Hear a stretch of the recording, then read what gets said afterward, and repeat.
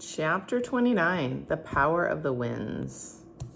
Apart from the directions of the rising and setting of the sun, which, of course, varied with place and season, the most notable directions that could help a sailor were those of the winds. At least as early as the 1st century BC, the Chinese were writing about their wind seasons. They developed elaborate classifications into the 24 seasonal winds and used kites to test their different behavior. It is not surprising that very early the Chinese made weathercocks or vanes, probably the pioneer of all the other pointer reading devices, which later served the natural sciences. Ancient Greeks were so accustomed to use the names of the winds to indicate the directions from which they came that for them, wind became a synonym for direction. The puffed cheeks and exhaled strong breath of the symbolic winds are not a mere decoration, but the main direction markers on early maps. The Spanish sailors on Columbus's crew thought of direction not as degrees of compass bearings, but as los vientos, the winds. Portuguese sailors continued to call their compass card a rosa dos ventos, a wind rose. When the Religious Brotherhood of Pilots commissioned the Madonna for their chapel in Cordova, it was no accident that she was Nuestra Señora del Buen Air, Our Lady of the Fair Wind. Before the age of the magnetic compass, sailors all over Europe identified direction with the wind. The winds, the energy that carried men across the seas, were, of course, a subject of great interest, prolific of romantic myth and scientific speculation. The leading source of doctrine was that popular Roman man of letters, Lucius Annaeus Seneca, circa 4 BC to AD 65, who was tutor to the young Nero, and for a while dominated Nero's court until he was forced to commit suicide at Nero's command. Air flowing one way was Seneca's widely repeated definition of wind. Some Christian mystics, like Hildegard of Bingen, said it was the winds that moved the firmament from east to west and somehow kept the other forces of the planet in order. Without the wind's constant movement, the fires of the south, the waters of the west, and the dark shadows of the north might cover the whole earth. God's wings, the four winds, kept the elements separated and in proper balance. Just as the soul's breath held man's body together, so the breath of the winds held together the firmament and prevented its corruption. Like the soul, the winds, too, were invisible, both sharing the mystery of God. Elaborate theories, like that proposed in the 12th century by William of Conches, gave the winds a primary role in the making of climates, the moving of oceans, the stirring of earthquakes. Boreas from the north blew cold. Auster from the south blew hot. One of the most influential medieval encyclopedias, published in the year of Columbus's first voyage by a Franciscan friar, Bartholomew the Englishman, of 1230 to 1250, popularized a wind-oriented anthropology. Quote, "The north wind dries and cools the land, yet owing to its clearness, it is clear and subtle. Hence its coolness closes the pores of the body, which then better retains heat. As a consequence, quote, men in the north are tall in stature and fair in body. The hot, moist south wind naturally has a contrary effect. Therefore, the men of the southern lands are different from those of the north in stature and appearance. They are not so bold, nor so wrathful." One delightful legend, retailed by Gervase of Tilbury, told of a valley in the ancient kingdom of Ares, sometimes called Burgundy, which remained sterile for ages because it was so enclosed by mountains that no winds could enter. Finally, Caesarius, a benevolent archbishop in the time of Charlemagne, determined to help the people there. Seeing what they needed most, he simply filled his glove with sea breezes, which he released in the valley. This produced a wind known as the Pontianum, which suddenly transformed the valley desert into a fertile haven. European makers of maps and sailing charts in the Middle Ages adopted the classical names for the winds. Ancient Greek sailors named the 4 principal wind directions and marked 4 other points in between.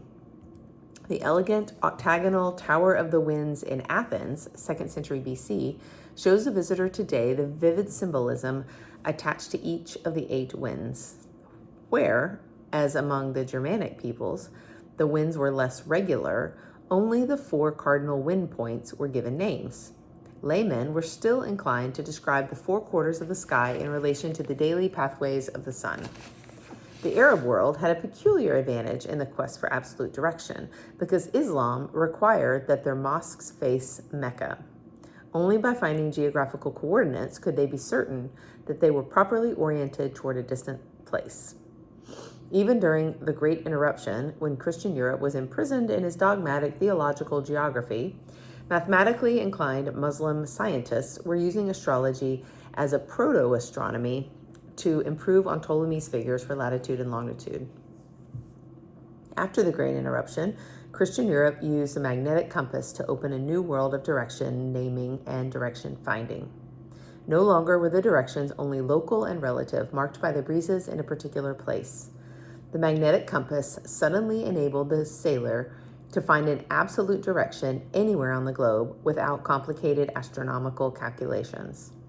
Using his magnetic compass, Columbus could take his bearings direct for Simpangu and stay on the same latitude without the aid of celestial navigation. After the introduction of the magnetic direction-finding needle in the 12th century, the wind rose, the card marked off with the 4, 8, or 12 winds, was gradually displaced by the magnetic compass rose, with its sharper definition of 16 or 32 directional points. It took some time before the old compass and the new one were combined.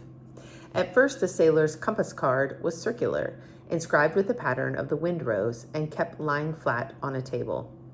Beside it in a dish, a bare magnetic needle was left afloat on a piece of cork or straw. The pilot could then turn the card as a magnetic needle indicated. In the 14th century, at last, someone had the idea of attaching the needle beneath the card so they would both float together and the magnet would keep the compass card pointed in the right direction. The magnetic compass was, of course, a catalyst of exploration, a new lure into the unknown. Sailors, leaving behind their crude sketch maps, rough diagrams of familiar places, now could take along true maps which oriented them to the whole world. The magnetic poles, a characteristic feature of this planet, are not the same as the geographic poles around which the Earth rotates. The reason for the location of the magnetic poles remains a mystery, and the Earth's magnetic field, historians of paleomagnetism tell us, has reversed its polarity many times in the geologic past. Still, in practice, the compass provided a worldwide absolute for space comparable to that which the mechanical clock and the uniform hour provided for time. Both these epochal discoveries occurred in Europe in the same centuries. From the very nature of our spherical spinning planet, the marking of time and the marking of space were inseparable.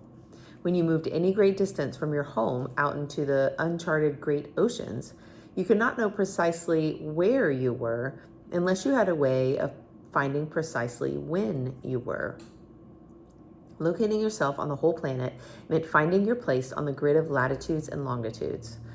Ptolemy had made a beginning, but then came the 1,000 years of obscurantist Christian geography in the European Middle Ages.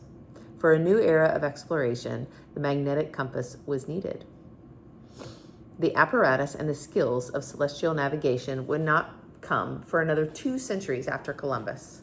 Meanwhile, the wonderfully simple and inexpensive magnetic compass gave sailors a new confidence that they would be able to find their way back. Anyone could make one, and even the illiterate could use one. And with the compass, sailors would move ahead more willingly into the unknown. The application of the magnetized needle to navigation occurred in China about AD 1000, but the first notice of the compass in European writings does not appear until 2 centuries later in the works of Alexander Neckham, 1157 to 1217, an English monk lecturing at the University of Paris. We do not know how the compass came to Europe, or, as is more likely, when and how and by whom it was independently invented there. As late as the 17th century, the magnetic compasses used by European surveyors and astronomers, unlike compasses used by sailors, were marked to point toward the south. The Chinese needles had been marked in this way for many centuries. Perhaps, as Joseph Needham hints, this is a clue that the magnetic compass was first transmitted westward, overland from China, and later adapted by European sailors who made it point north. Wherever people noted the remarkable powers of the lodestone, the stone that leads, they were tempted to associate it with dark necromantic forces. In China, for example, the powers of the lodestone were probably first used as an aid to the arts of fortune-telling. Originally, the game of chess seems to have been a technique of divination by witnessing the outcome of the battle between the universal forces of yin and yang. In early Chinese chess, the Great Bear, or Northern Dipper, was represented in a spoon that was spun about. The spoon came to be made of magnetite after its magical properties were discovered, and so served as a divining device when it was rotated according to the complicated rules of the game. St. Augustine recounts his amazement when he saw that magnetite could not only attract iron, but actually gave iron the power to attract other iron, creating a chain held together by an unseen force. No wonder that in the West, too, magnets were part of the magician's equipment. Roger Bacon, the most eminent of medieval European necromancer scientists, played a leading role in the histories and legends of the compass. Even the origin of the name magnetite, from which came magnet and magnetism, is mysterious. Although a common mineral in many parts of the world, it probably takes its name from magnesia in ancient Thessaly along the Aegean Sea.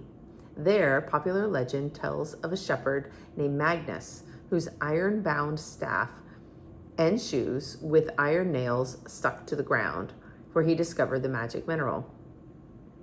Under the pillow of an unfaithful wife, a piece of lodestone could make her confess her sins.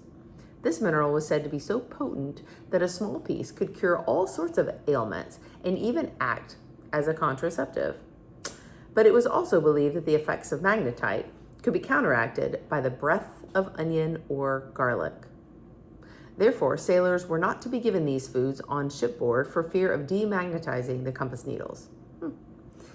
Since the inexplicable power of a magnetized needle to find the north smacked of black magic, common seamen were wary of its powers. For many decades, the prudent sea captain consulted his compass secretly.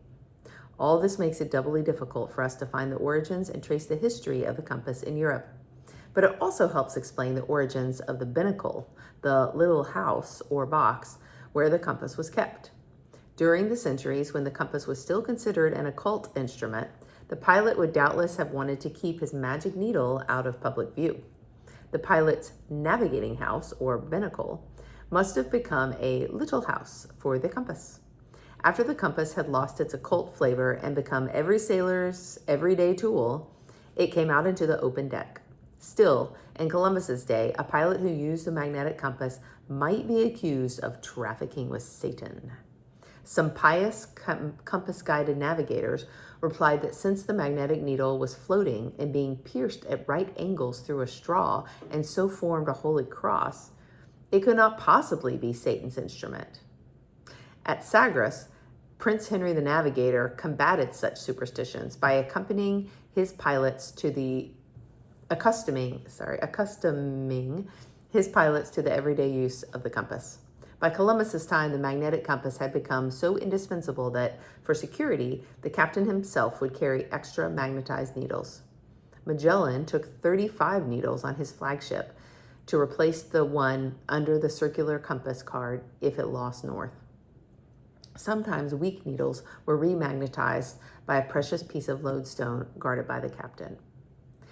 Just as the clock freed mankind from the daily need to measure time by the sun and the stars, the compass oriented mankind anew in space, and so extended the times and seasons of seafaring. When the mariners cannot see the sun clearly in murky water or at night, and cannot tell which way their prow is tending, Alexander Neckham wrote about 1180, they put a needle above a magnet which revolves until its point looks north and then stands still.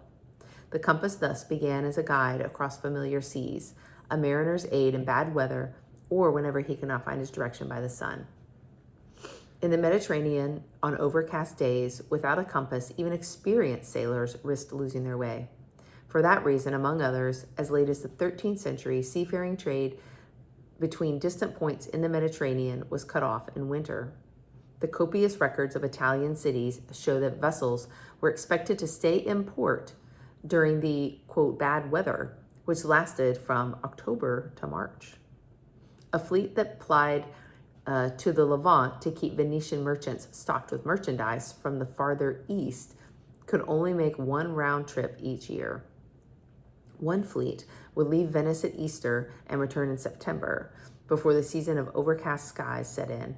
Another, the winter fleet, would leave Venice in August to arrive at its destination before bad weather, but then had to spend the winter months overseas, returning to Venice the following May.